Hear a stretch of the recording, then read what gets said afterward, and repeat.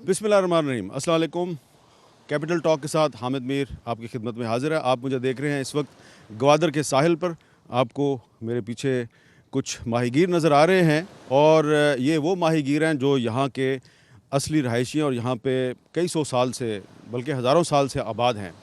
आज का ये जो खुसूसी प्रोग्राम है, इसमें हम जो आज का बलूचिस्तान है इसको समझने की कोशिश करेंगे और ये देखेंगे कि अगर हमने पाकिस्तान को खुशहाल बनाना है तो उसमें बलूचिस्तान का क्या किरदार हो सकता है और क्या बलूचिस्तान को खुशहाल बनाए बगैर हम पाकिस्तान को खुशहाल बना सकते हैं। तो आज के इस खुसूसी प्रोग्राम में हम सिर्फ ग्वादर नहीं बल्कि बलूचिस्तान के कुछ और अहम शहर जो हैं उनका भी सफ़र करेंगे। ये बहुत लंबा सफ़र है और इस छोटे से प्रोग्राम में हम कोशिश करेंगे कि इस वक्त जो बलूचिस्तान में जो तब्दीलियां आ रही हैं उनका जायज़ा लें और आपको बताएं कि यहाँ के ज़मीनी हक़ाइक़ क्या हैं। जब से पाक चीन इक़्तिसादी राहदारी का ऐलान हुआ है, बलूचिस्तान में सी पैक के ख़िलाफ़ साजिशें बढ़ती ही जा रही हैं, लेकिन इन साजिशों के बावजूद ग्वादर पोर्ट फंक्शनल हो चुका है और दहशत गर्दी के वाक़यात भी कम हो गए हैं। 2017 में यहाँ दहशत गर्दी के 28 वाक़यात हुए जो 2019 में सिर्फ 6 रह गए। ग्वादर पोर्ट को महफूज बनाने के लिए सिविल इदारे और पाकिस्तान आर्मी मिलकर काम कर रहे हैं और इन मुश्तरका मंसूबों के बारे में हमें ग्वादर पोर्ट अथॉरिटी के डीजी आसिम टवाना और पाकिस्तान आर्मी के स्पेशल सिक्योरिटी डिवीज़न के जीओसी मेजर जनरल आमिर नजम ने बताया कि एक तरफ हम आम लोगों को सहूलियात ज़िंदगी फ़राहम कर रहे हैं तो दूसरी तरफ पाक ईरान बॉर्डर की फेंसिंग भी की जा रही है। 250 किलोमीटर बॉर्डर पर बाड़ लगाई जा चुकी है, लेकिन अभी 700 किलोमीटर बाकी है। ग्वादर में सिविल इंतज़ामिया और फ़ौज ने नौजवानों को खेलों की सहूलतों पर खुसूसी तवज्जो दी है। साहिल समंदर पर रात को फुटबॉल खेलते हुए नौजवान एक रोशन और खुशहाल पाकिस्तान की उम्मीद बने नज़र आते हैं। ग्वादर में फ़ौज ने एक क्रिकेट स्टेडियम भी बनाया है जहां नौजवान क्रिकेट खेलते हुए नजर आते हैं। ये बलोच क्रिकेटर्स बड़े पुरजोश और पुरअज़म हैं। बलूचिस्तान की तरक्की और पाकिस्तान की तरक्की एक दूसरे के लिए लाज़िम मलज़ूम है। इसके लिए ज़रूरी है कि बलूचिस्तान के लोगों को वही हकूक़ दिए जाएँ जो बाकी सूबों के अवाम के पास भी मौजूद हैं। क्या नाम है आपका? तौकीर अहमद। तौकीर अहमद, आप इधर क्या काम करते हैं? समंदर का सर। समुद्र मछेरे हैं आप? जी हाँ।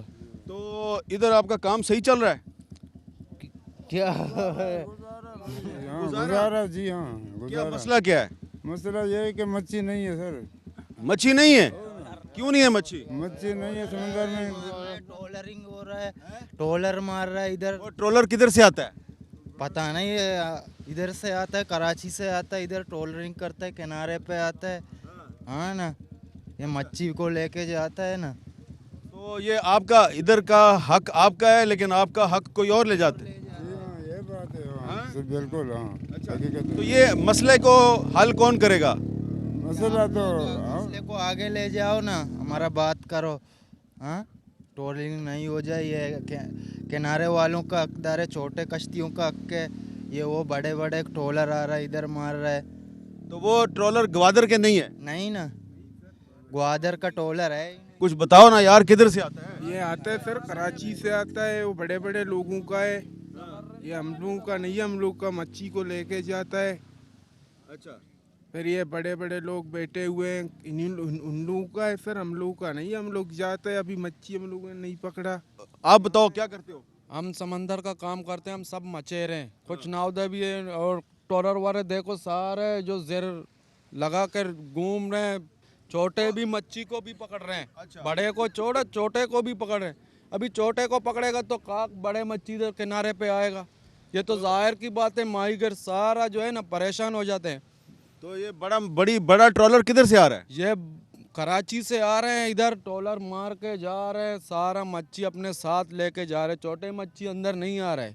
अभी सब परेशान है। देखो कुछ मच्छी पकड़ते लाते हैं, वो इधर से निकाल रहे हैं। छोटे मच्छियाँ इतना भी नहीं। अभी हम लोग गए थे छिंद के लिए गए थे, बांगड़ा भी नहीं है। ये बड़े बड़े जो कीमती मच्छियाँ हैं जो जिसका रेट है, और ट्रोलर वाले लेके जा रहे हैं। पीछे से पता नहीं किधर से वो दूर हो लांच से लेके उस लांच तक उसका जो है ना जाला है, ट्रोलर का जो गुज्जो है, अस्सलाम वालेकुम भैया। वालेकुम सलाम। जाल तो आपका नजर आ रहा है, मच्छी पकड़ी है कि नहीं पकड़ी? जी नहीं सर, मच्छी नहीं पकड़ी है। क्यों मछली क्यों नहीं पकड़ी? मच्छी नहीं है समुद्र में, 10-15 दिन हो गए हैं। अस्सलाम वालेकुम। वालेकुम। क्या हाल है आपका? खैरियत ठीक। क्या नाम है आपका? जावेद सरवर। जावेद सरवर साहब, ये आप कश्ती बना रहे हो? जी हाँ, अच्छा, तो ये काम सही चल रहा है आपका? बिल्कुल बिल्कुल। अच्छा, तो कितने अरसे से आप इधर कश्तियाँ बनाते हैं? 25 साल से। 25 साल से। तो कोई प्रॉब्लम तो नहीं है इधर? नहीं नहीं नहीं। कोई प्रॉब्लम नहीं। तो ये एक कश्ती बनाई जा रही है यहाँ पे, सामने समुंदर है, यहाँ पे कश्ती बना रहे हैं। अस्सलाम वालेकुम। वालेकुम सलाम। हम सब क्या है? क्या आप खैरियत से हैं? बिल्कुल। नाम क्या आपका? साजिद सरवर। साहिब साहब, ये कश्ती जो आप बना रहे हैं, ये कितने अरसे में कश्ती बनती है? ये कारीगरों के ऊपर डिपेंड करता है। अच्छा। अगर इसमें जितनी ज़्यादा कारीगर लगें तो ये जल्दी तैयार हो जाती है। अगर ये 4 बंदे लगातार इस पर लगे रहें तो तकरीबन 3 महीने। अच्छा, 3 महीने में कश्ती तैयार हो जाती है। तो साल में कितनी कश्तियाँ बनाते हैं आप? साल में 6-8। 6-8। तो ये बताएंगे एक कश्ती कितने की बिकती है? ये हम ठेके पे लेते हैं। ठेके पे लेते हैं। ये ठेका इसका 15 लाख की है। ये 15 लाख की है। तो यहाँ पे कितने लोग ये काम करते हैं कश्ती बनाने का? उनका रोज़गार कितने लोगों का वाबस्ता है? ये बहुत से लोग हैं, तकरीबन 2-3 हज़ार हैं। 2-3 हज़ार लोग कश्तियाँ बनाते हैं यहाँ पे। तो काम अच्छा चल रहा है आपका? अभी तक चल रहा है, लेकिन आगे पता नहीं। ये रोड आ रही है, मैं जगह देंगे या नहीं देंगे ये पता नहीं है। अच्छा, ये आपको नहीं पता कि ये जगह देंगे या नहीं देंगे? ये यहाँ से उठाएंगे फिर किधर ले जाएंगे, चले, अल्लाह करे आपको कोई ना उठाए यहाँ से। ये तो हम दुआ करते हैं।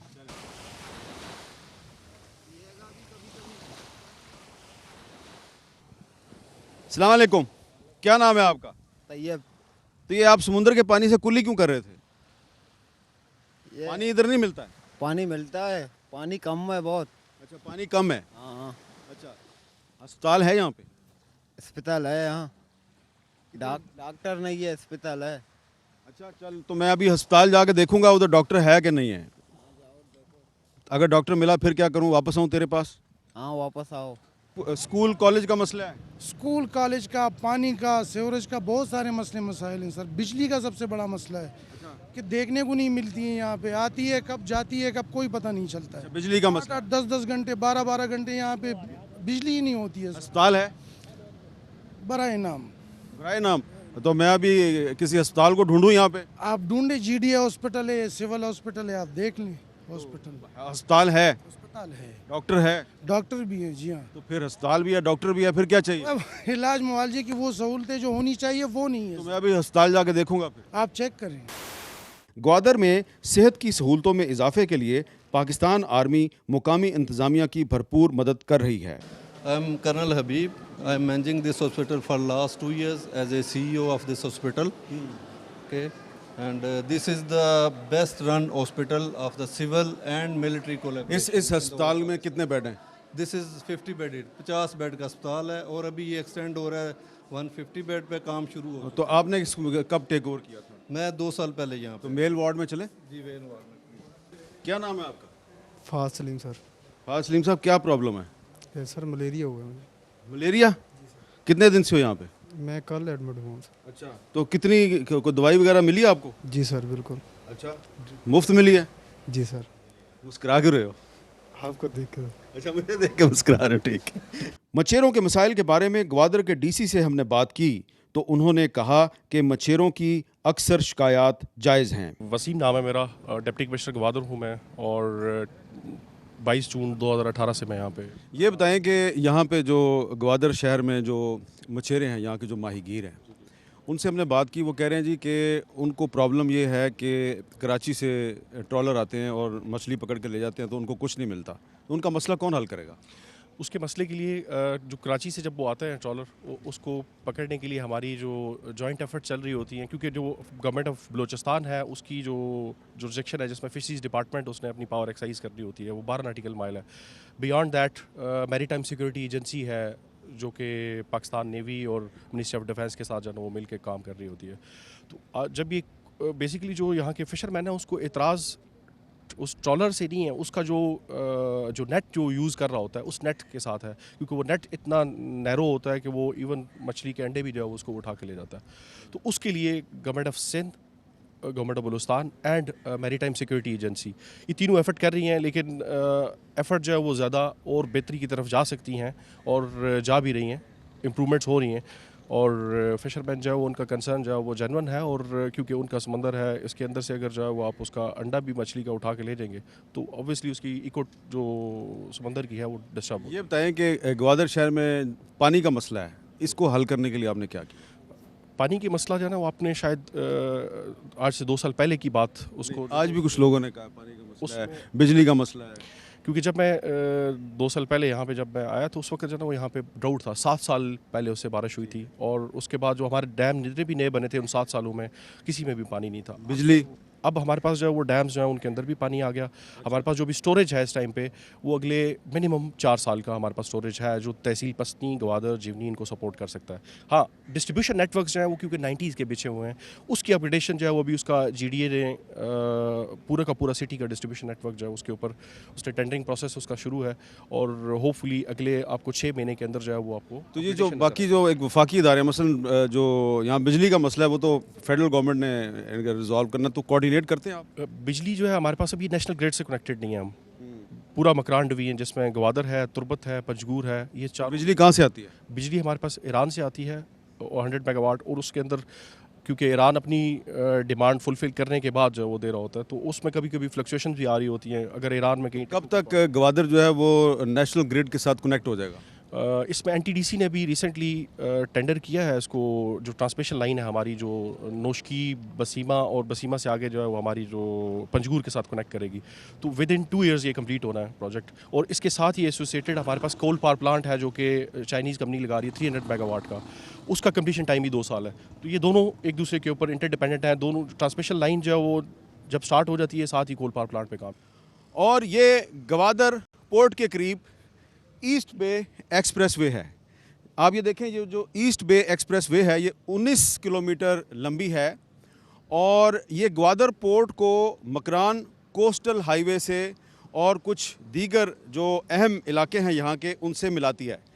तो ये जो ईस्ट बे एक्सप्रेसवे है ये बहुत जल्द मुकम्मल हो जाएगी, और उसके बाद जो ग्वादर पोर्ट की कनेक्टिविटी है बहुत से दीगर इलाकों के साथ वो कायम हो जाएगी, और उससे ग्वादर पोर्ट तरक्की करेगा, ग्वादर पोर्ट तरक्की करेगा तो ग्वादर तरक्की करेगा, ग्वादर तरक्की करेगा तो बलूचिस्तान तरक्की करेगा, बलूचिस्तान तरक्की करेगा तो पाकिस्तान तरक्की करेगा।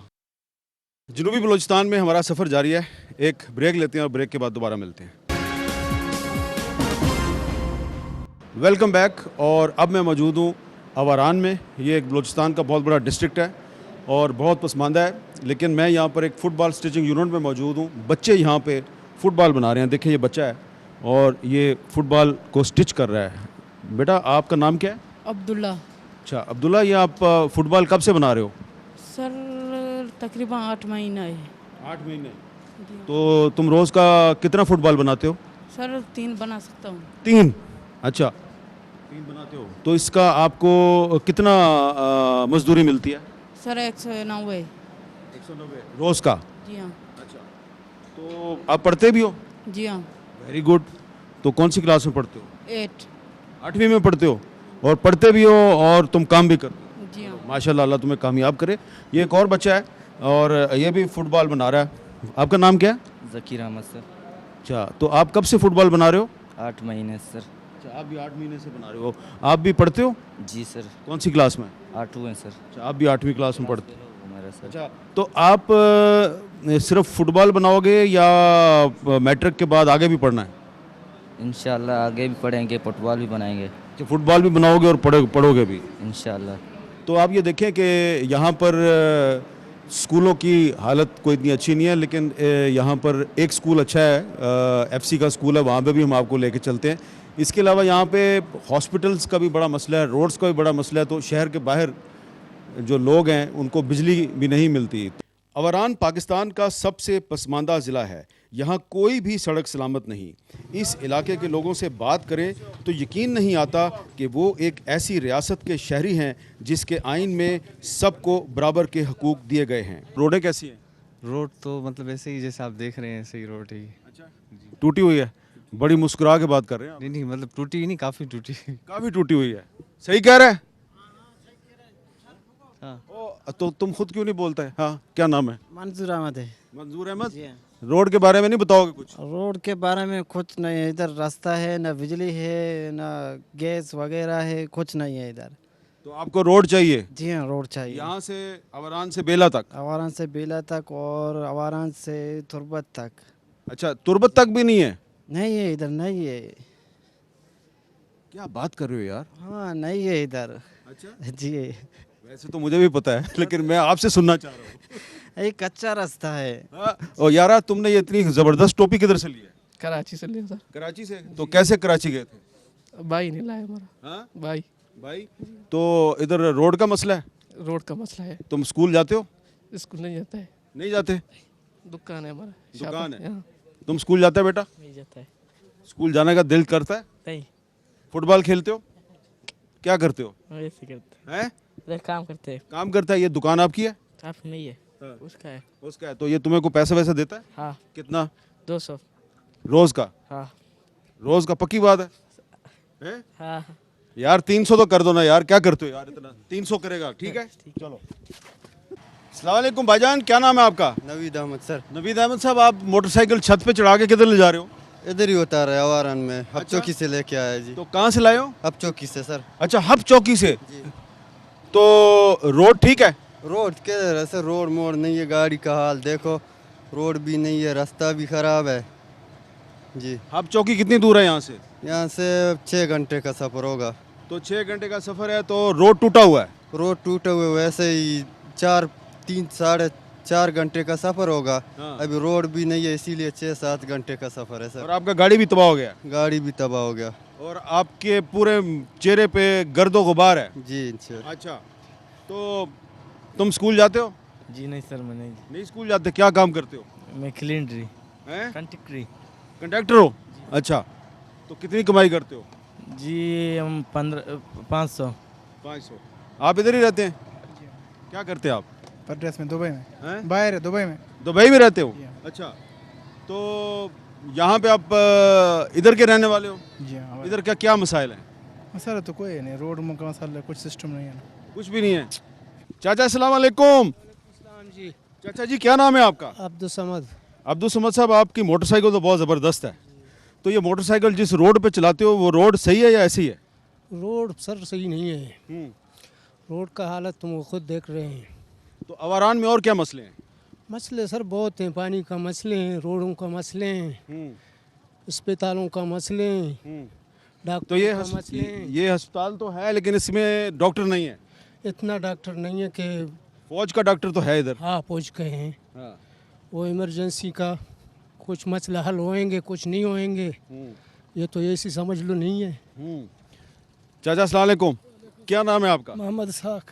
तो आप कुछ बताएंगे, इधर अवारान जो है ये बलूचिस्तान का इतना बड़ा डिस्ट्रिक्ट है, तो इधर क्या मसाइल हैं?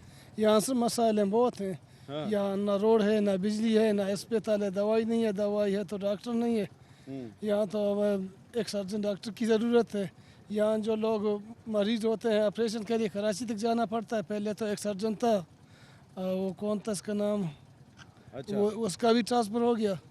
अभी आजकल जो मसाइल हैं, कराची में जाना पड़ता है। रोड यहाँ जो मरीज तो मरीज है।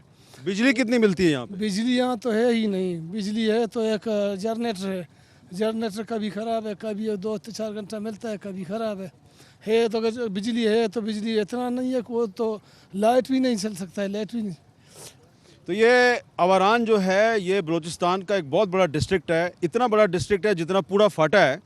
फाटा की जो 7 एजेंसियाँ थी, तो ये उससे भी बड़ा डिस्ट्रिक्ट है। लेकिन यहाँ पे रोडें टूटी हुई हैं। एक अस्पताल जो है वो है, अच्छा है, उसको पाकिस्तान आर्मी जो है वो चलाने की कोशिश कर रही है, उसके डॉक्टर भी वहाँ पर मौजूद हैं। लेकिन उस अस्पताल में भी बिजली का मसला है और यहाँ पे जो बिजली का निज़ाम है वो बड़ा डिसरप्टेड है। आपका क्या नाम है? अताउल्ला। अताउल्ला, क्या काम करते हो? ड्राइवरी करता हूँ सर। क्या चलाते हो? ये डबल डोर यही। तो ये तुम्हारी इसकी गाड़ी की हालत तो बहुत ख़राब है, क्या वजह है? रास्ता नहीं है सर, सारा रास्ता खड्डा है, कच्चा है। सड़क नहीं है, खड्डे हैं? खड्डे हैं। अच्छा जी। तो गाड़ी किधर किधर चलाते हो आप? अवारान से किधर जाते हो? अवारन मालार तक। अच्छा जी। तो ये कितना रास्ता बनता है? रास्ता कितना कितना फासला है? तकरीबन 170 होएगा। अच्छा तो कितनी देर में कवर करते हो? ये 2 घंटे 2.5 घंटे पे। अच्छा जी। तो ये पहले तो रोड थी कोई 2005 में 6 में तो बनी थी रोड? रोड नहीं था, हमने जब हमने देखा है सारा कच्चा है रोड में, पक्का यहाँ पे नहीं हुआ था। और क्या मसला है इधर? बिजली है? नहीं है। अच्छा पानी है? पानी भी नहीं है, कुएं से निकालता है। कुएं से निकालता है? हाँ। तो फिर भी तुम मुस्कुरा के बात कर रहे हो, बड़ी हिम्मत है यार तुम्हारी। क्या करें, मजबूरी है। अवारान में FC साउथ बलोचिस्तान ने एक स्कूल भी बनाया और वहाँ उसातिज़ा का भी एहतमाम किया है। अस्सलाम वालेकुम सर, आपका नाम क्या है? वालेकुम सलाम, इमरान खान।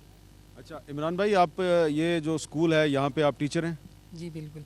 अच्छा तो ये जो स्कूल है आपका अभी तो खैर ये बंद नज़र आ रहा है, तो यहाँ पे कितने स्टूडेंट्स हैं? ये तो फिलहाल अभी कोरोना की वजह से बंद है और यहाँ पे हमारे साथ 485 स्टूडेंट हैं इनरोल। 485 हैं। और टीचर्स कितने हैं? 30 जी बिल्कुल। तो टीचर्स काफ़ी हैं या आपको मज़ीद टीचर चाहिए? मज़ीद क्वालिफाइड टीचर की ज़रूरत है हमें से। ये जो अवारान डिस्ट्रिक्ट है यहाँ पे जो स्कूल हैं यहाँ पे टीचर्स मिल जाते हैं या नहीं होते? नहीं, यहाँ पे टीचर की बहुत शॉर्टेज है, सही नहीं है। टीचर क्वालिफाइड नहीं है और ना यहाँ पे वो कर लेते हैं क्योंकि यहाँ पे हालात ठीक नहीं है, जिसकी वजह से वो हमारे साथ ज़्यादा कोऑपरेट नहीं कर सकते। आप भी टीचर हैं जी? Yes sir. क्या नाम है आपका? हिकमतुल्लाह। हिकमतुल्लाह साहब, इधर टीचर्स की कमी क्यों है इतनी ज़्यादा? सर हमारे पास टीचर्स की काफ़ी ज़्यादा कमी होती है ये, क्योंकि यहाँ पे सर हमारे पास लोकल टीचर्स कोई नहीं है, हम FC के अलकारी इसको संभाल सकते हैं सर। दूसरा हम जितने भी टीचर थे हम अपने FC के हैं और ये लोकल टीचर्स की हमें ज़रूरत है, लेकिन वो यहाँ पे मौसूल नहीं हो रहे हैं हम लोगों को सर।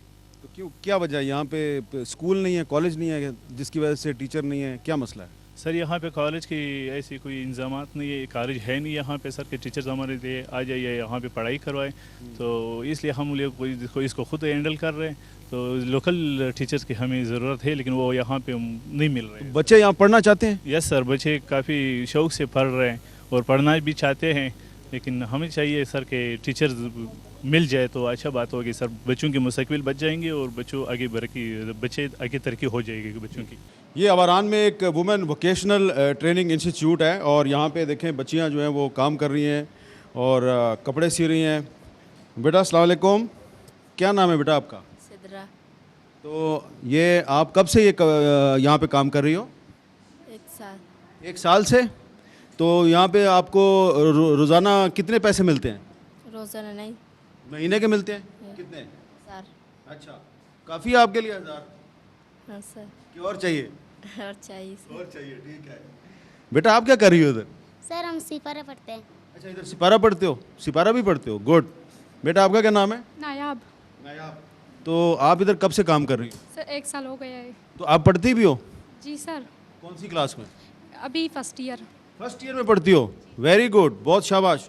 यहाँ पे है कॉलेज आपका? जी सर कॉलेज है लेकिन पढ़ाई नहीं है। वो कोविड की वजह से बंद है? अच्छा, तो आगे कितना पढ़ना है आप? सर आगे पूरा पढ़ना है। कितनी पढ़ना है? तकरीबन 16। 16 पढ़ना है? क्या बनना है, कौन सा स्पेशलाइज करना है? डॉक्टर। डॉक्टर बनना है। तो आप साइंस पढ़ती हो? जी सर। Very good. तो साथ में ये कपड़े भी सीती हो आप? जी सर, शौक है इसलिए। बहुत अच्छी बात है, मैं आपसे बहुत इम्प्रेस हो गया हूँ। और ये है अवारान का DHQ हॉस्पिटल। यहाँ जदीद मशीनरी तो मौजूद है लेकिन डॉक्टर्स पूरे नहीं। इस वक्त मैं DHQ हॉस्पिटल अवारान के लेबर रूम में खड़ा हूँ और लेबर रूम मुझे खाली नज़र आ रहा है। खाली क्यों है ये हम पूछते हैं यहाँ के MS। आपका नाम क्या है? डॉक्टर अमीर बख्श कमरानी। डॉक्टर अमीर बख्श कमरानी साहब, ये बड़ा ज़बरदस्त हॉस्पिटल है लेकिन लेबर रूम खाली है, इसकी क्या वजह है? इसकी वजह ये कि यहाँ पे कोई गायनेकोलॉजिस्ट नहीं है और लेडी मेडिकल ऑफिसर भी नहीं। लेडी डॉक्टर क्यों नहीं है? डॉक्टर ये कि सेक्रेटरी हेल्थ साहब जब वहाँ से अपॉइंट करते हैं तो लोग इधर आने को तैयार ही नहीं होते। जो डॉक्टर नजर आते हैं वो करें अवारन काफ़ी दूर है, हम लोग अपने बच्चों को कैसे पढ़ाएं। वहाँ पे सिक्योरिटी की का चाहते हैं, हालांकि अल्लाह का शुक्र है यहाँ पे सिक्योरिटी का कोई मसला नहीं है।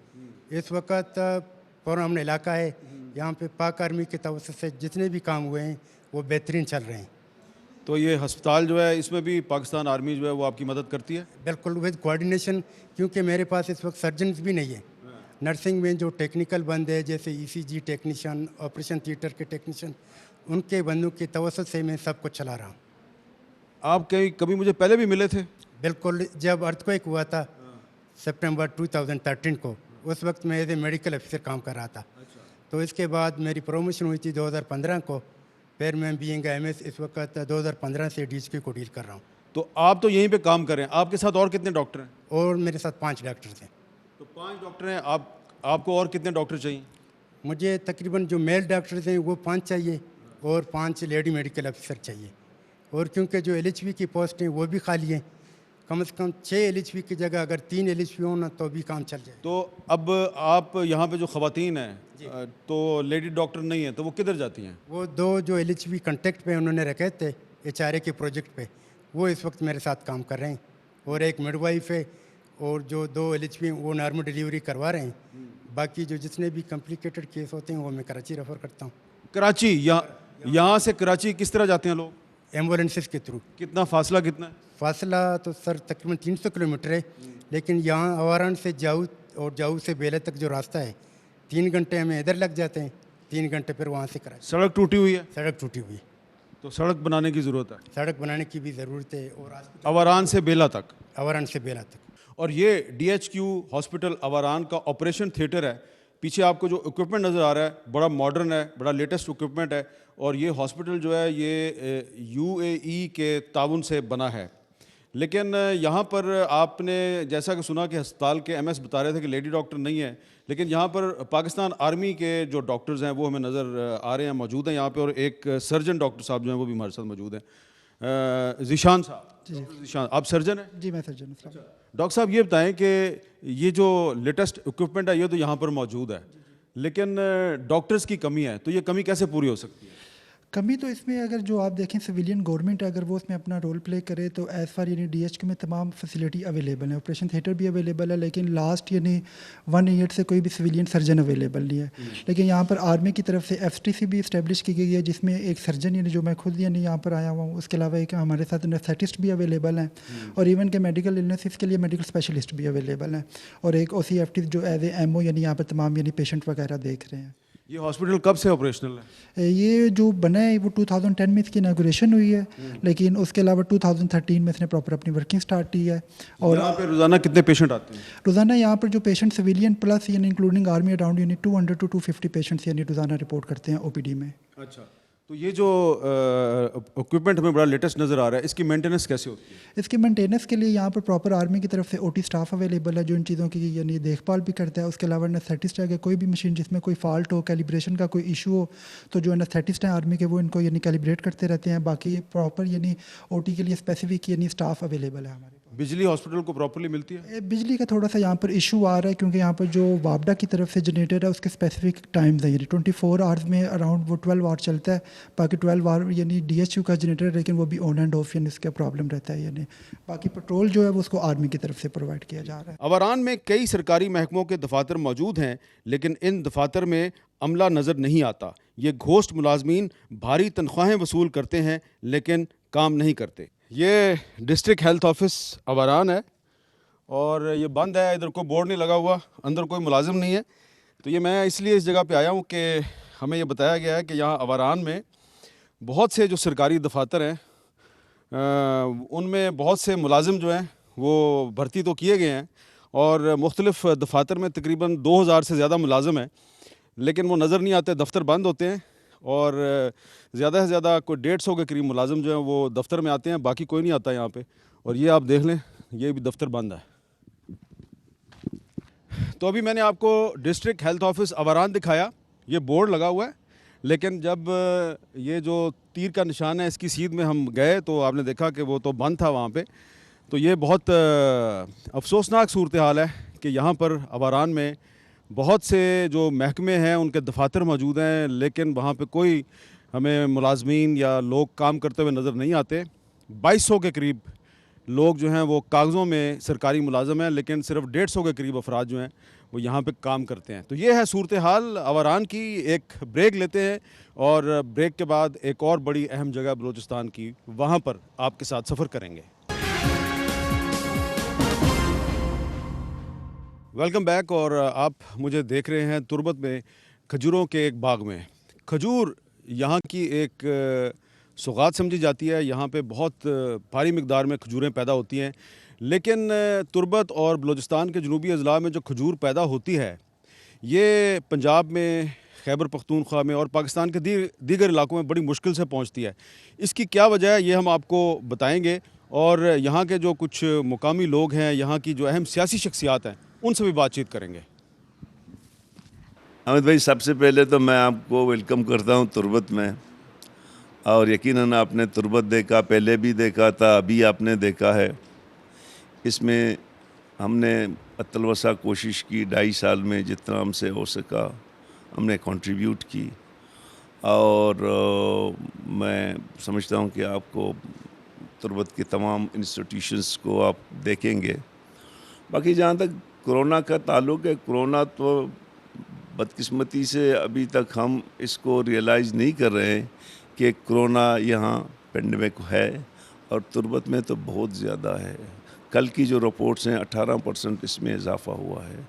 तो मैं तो समझता हूँ कि आप हमारे लिए, आपने जो यहाँ पे आ गए, हमारे तुर्बत के अवाम के लिए बहुत बड़ा एक ज़बरदस्त नेक बात है कि आप यहाँ आए, चीज़ों को करीब से देख रहे हैं। पहले इस्लामाबाद से आपने देखे थे, अब थोड़ा सा ज़मीन पे भी आके देखेंगे। Thank you very much. अब इस वक्त बाप को किस इशू पर तवज्जो देनी चाहिए? देखें, मैं समझता हूँ कि इस वक्त सबसे ज़्यादा तो लॉ एंड ऑर्डर पे उसको तवज्जो देनी चाहिए, और बलूचिस्तान की डेवलपमेंट पे उसको तवज्जो देनी चाहिए। और मैं ज़ाती सूरत में फ्रैंकली कहता हूँ कि मैं बाप से ज़्यादा उम्मीद नहीं रखता हूँ, क्योंकि मैं बाप को जानता हूँ जन्मदिन से। कोई माँ है जिससे आपको कोई उम्मीद हो? नहीं, मैं तो अवाम से उम्मीद रखता हूँ, बाप से नहीं रखता हूँ। ठीक है।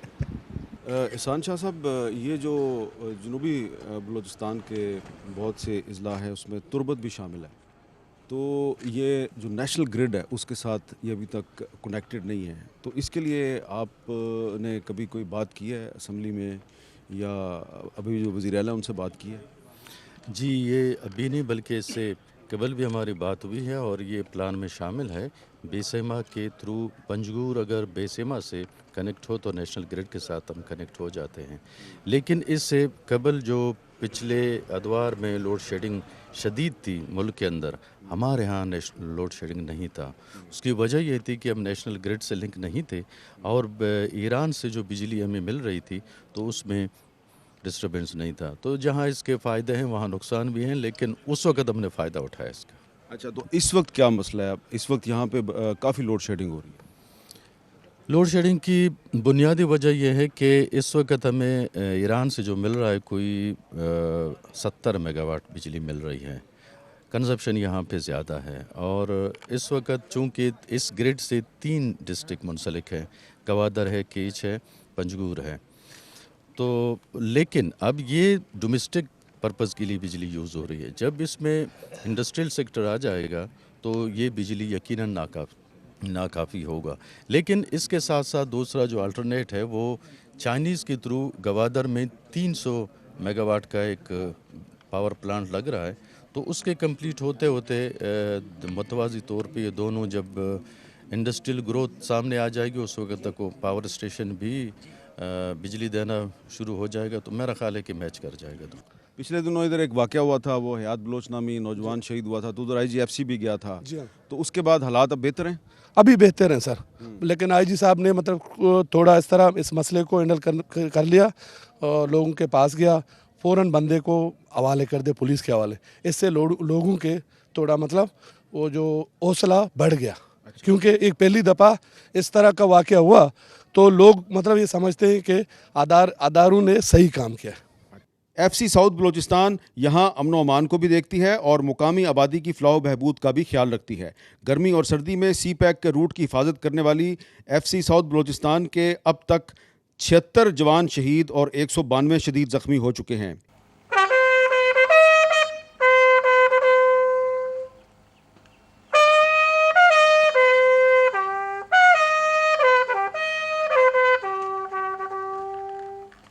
एक पहाड़ की चोटी पर मौजूद FC की चेक पोस्ट पर हमने जवानों से बात की, तो अब हम एक चेक पोस्ट के ऊपर जा रहे हैं। एफसी की तरफ से 4000 नौजवानों को रोज़गार दिलाने के लिए FC south Balochistan skill development initiative शुरू किया गया है। मुकामी नौजवानों को एफसी में भर्ती की तरकीब दी जा रही है और उनके लिए शराइत में नरमी करते हुए एफए की बजाय मिडिल पास नौजवानों को भी भर्ती की पेशकश की जा रही है। अस्सलाम वालेकुम। ज़रा बताएंगे आपका नाम क्या है और ये कौन सी जगह है? जी मेरा नाम उमर है जी। ये M8 रोड है, ये तुर्बत टू कराची और ग्वादर को ये रास्ता जाता है, जिसके ऊपर 24 घंटे ट्रांसपोर्ट होती है, सिविलियन ट्रांसपोर्ट, जिसकी हम हिफाजत करते हैं। इस पोस्ट की 2 ओपी हैं, एक ये ओपी है, ये बैक साइड जो है वो देखती है, एक जो है वो नीचे ओपी है। जो इस पोस्ट का नाम क्या है? ये रहमान शहीद पोस्ट। रहमान शहीद कौन था? ये हमारा एक हवलदार था जो एक हादसे में शहीद हो गया। जी सर। तो उसके नाम पे। अच्छा, तो ये आप इसी पोस्ट में रहते हैं? जी इसी पोस्ट पे रहते हैं। हमारा खाना पीना सब कुछ इधर होता है। इतनी गर्मी में? जी अल्हम्दुलिल्लाह। अल्हम्दुलिल्लाह। हर चीज़ इधर होती है, हमें हर चीज़ मुहैया इधर ही होती है। खाना पीना कोई भी। रात भी इधर ही गुजारते हैं? जी इधर ही गुजारते हैं। सोते यहीं पे आप? यहीं पे सोते हैं। और इस वक्त आप मुझे देख रहे हैं मिरानी डैम एरिया में। आपको पीछे मिरानी डैम में बहुत सा पानी नज़र आ रहा है और ये जो डैम है ये सिर्फ तुर्बत नहीं बल्कि यहाँ के जो बहुत से करीबी इलाके हैं वहाँ की ज़रूरियात को पूरा करता है। और इस डैम की जो हिफाजत है वो दश्त स्काउट्स करती है। 16 नवंबर 2006 को जनरल परवेज़ मुशर्रफ ने इस डैम का इफ्तिताह किया। इस डैम के बेसिकली 2 मकसद थे। एक तो ये कि Turbat city plus Gwadar city को फ्रेश वाटर की सप्लाई और इसी तरह इरिगेशन, ये एक इरिगेशन डैम के तौर पे यूज़ होता है। अब इसकी जो है बेसिकली 2 कैनाल हैं, एक हम राइट बैंक कैनाल कहते हैं और एक लेफ़्ट बैंक कैनाल कहते हैं, जो इरिगेशन पर्पज़ के लिए यूज़ होता है। जो हमारी राइट बैंक कैनाल है वो 13.5 माइल्स लॉन्ग है और उसको वो तकरीबन 21,000 एकड़ एरिया को कल्टिवेट कर सकती है। उसमें अभी भी यूज़ हो रहा है, कल्टिवेट हो रहा है। सिमिलरली लेफ़्ट बैंक कैनाल है वो 12,000 एकड़ को बेसिकली कल्टिवेट करती है। मिरानी डैम के पानी से मुकामी लोगों की ज़मीनें आबाद करने के लिए एफसी साउथ बलूचिस्तान ने एक खुसूसी मनसूबा शुरू किया है जिसके तहत किसानों की भरपूर मदद की जाती है। आपकी जो ज़मीन है ये मिरानी डैम के आसपास है? बिल्कुल आसपास है। जो कमांड एरिया है मिरानी डैम की तकरीबन 21,000 एकड़ ज़मीनें हैं। मेरी ज़मीन भी इनके अंदर पड़ती है। तो ये आपने अपनी ज़मीन की काश्त कैसे शुरू की है? मेहनत बड़ी मुश्किल से। शुरू में तो मेरे पास पैसे ही नहीं थे, ज़मीनें थी ज़मीनें लेकिन काफ़ी हज़ारों साल पुरानी थी, उन पर जाट दरख्तें, जड़ी बूटियाँ नाहमवारी, तो हम बड़ी मुश्किल से 1-2 एकड़ बना के गुजारा करते थे। लेकिन अभी जो पिछले साल ये एक स्कीम आई जो 1000 एकड़ बनाने की 125 विंग एफसी की तरफ से, तो इसमें हमें बड़ा अच्छा मौका मिला। तो एफसी ने आपकी किस तरह मदद की है? इस बहुत अच्छी तरह से मदद की, खासकर ये ज़मीनों के मामले में जो है हम जो है बहुत परेशान थे कि हमारी ज़मीन को किस तरह हमवार करें, तो उन्होंने हमारी मदद की। कैसे आप बताएंगे एफसी ने आपकी मदद कैसे की है? एफसी ने सर ट्रैक्टर लाया, काम किया, रेवलिंग किया। एफसी ट्रैक्टर लेके आया? हाँ ट्रैक्टर लेके आया। अवामी शिकायत के लिए दीवारों पर खसूसी नंबर लिखे गए हैं जिन पर लोग अपनी शिकायत आला अफसरान तक पहुँचाते हैं। ये तुर्बत में खजूरों का एक बाग है और इस बाग में ये सोलर पैनल के ज़रिए बिजली का इंतज़ाम किया गया ताकि ट्यूबवेल को चलाया जाए, क्योंकि तुर्बत में बिजली नहीं मिलती। पाकिस्तान में वापडा एक बहुत बड़ा इदारा है, लेकिन वापडा जो है उसकी जो नेशनल ग्रिड है उसमें ना गवादर है, ना उसमें तुर्बत है, ना अवारान है, ना बहुत से दीगर इलाके हैं। तो यहाँ के लोग जो हैं वो बिजली का इंतज़ाम इस तरीके से करते हैं और इनको बिजली की ज़रूरत है क्योंकि इन्होंने ट्यूबवेल से पानी हासिल करना है। पानी नहीं होगा तो ये खजूर का जो इतना बड़ा बाग है इसमें खजूर की पैदावार बहुत मुश्किल है। तो ये है बलूचिस्तान की असल ग्राउंड रियलिटी। यहाँ पर आपको सोलर पैनल नज़र आ रहा है, लेकिन यहाँ के लोगों को बिजली फ्राहम करना वापडा की ज़िम्मेदारी है और वापडा अभी तक अपनी ये ज़िम्मेदारी अदा करने में कामयाब नहीं हो सका। ये है बलूचिस्तान की असल ग्राउंड रियलिटी। और जब तक यहाँ के लोगों को वो हुकूक नहीं मिलते जो बाकी पाकिस्तान को मिल रहे हैं तो बलूचिस्तान खुशहाल नहीं होगा, और अगर बलूचिस्तान खुशहाल नहीं होगा तो पाकिस्तान खुशहाल नहीं होगा। लेकिन हम उम्मीद करते हैं कि बलूचिस्तान भी खुशहाल होगा और इंशाल्लाह पाकिस्तान भी खुशहाल होगा। कैमरामैन इमरान अलेक्जेंडर के साथ हामिद मीर को तुर्बत में खजूरों के इस बाग से इजाज़त दीजिए। अल्लाह हाफ़िज़।